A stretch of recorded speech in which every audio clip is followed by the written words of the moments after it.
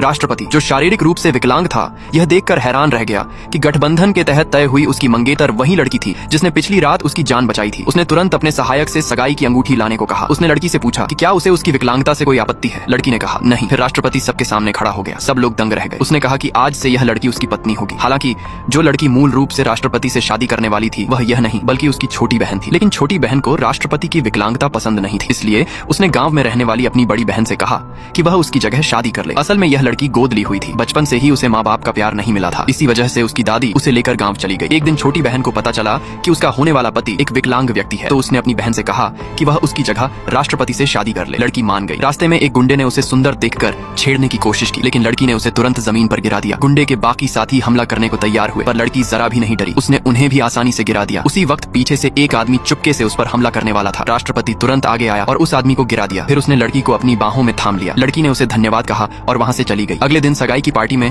राष्ट्रपति को पता चला कि उसकी मंगेतर वही लड़की थी। वह तो पहले इस सगाई को तोड़ने वाला था, लेकिन लड़की में उसकी गहरी रुचि हो गई, इसलिए उसने उसी से शादी करने का फैसला किया। वह एक घुटने पर झुका और लड़की की उंगली में अंगूठी पहनाई। लेकिन छोटी बहन को बहुत पछतावा हुआ। वह राष्ट्रपति की पत्नी बनने का मौका खो चुकी थी। उसने राष्ट्रपति को समझाया कि ये सब गलतफहमी थी, कि वही असली मंगेतर है, लेकिन राष्ट्रपति ने कहा कि बड़ी बहन ही उसकी पत्नी है। फिर वह लड़की का हाथ पकड़कर वहां से चला गया।